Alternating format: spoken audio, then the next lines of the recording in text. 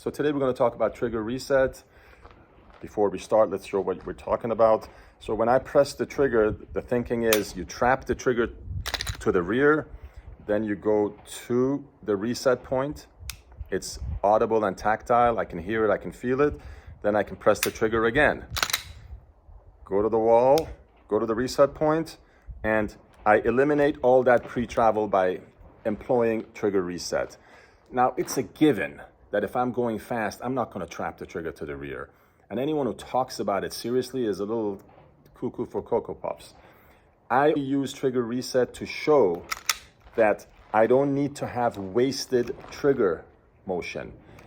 If I know that the trigger resets at that point, I'm not going to take my finger all the way off and get back on the trigger. So I learned to kind of tailor it to that reset point. That's not going to be exact. I'm going to go a little past it, obviously, but I'm not going to have wasted trigger motion. I can just basically tap that trigger in a manner where I'm the most efficient.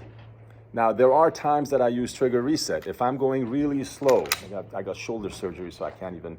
If I'm doing for a pure accuracy shot, maybe at distance, I'm going to go to the wall, press the trigger, trap it back. The slide reciprocates. Then go to the reset point again and take another shot gently. So that's the only time I actually use it. But for the most part, it's for me to understand that the trigger resets at a certain point, and for my finger to go way past that and basically come out of the trigger guard in a sense and get back on the trigger is wasted motion. It's inefficient. I hope that clears things up. Again, if I'm going fast, I'm not using trigger reset in the classic definition of it. I'm basically running it efficiently. I hope that clears it up a little bit at least. Look forward to your comments and thoughts. Thank you so much.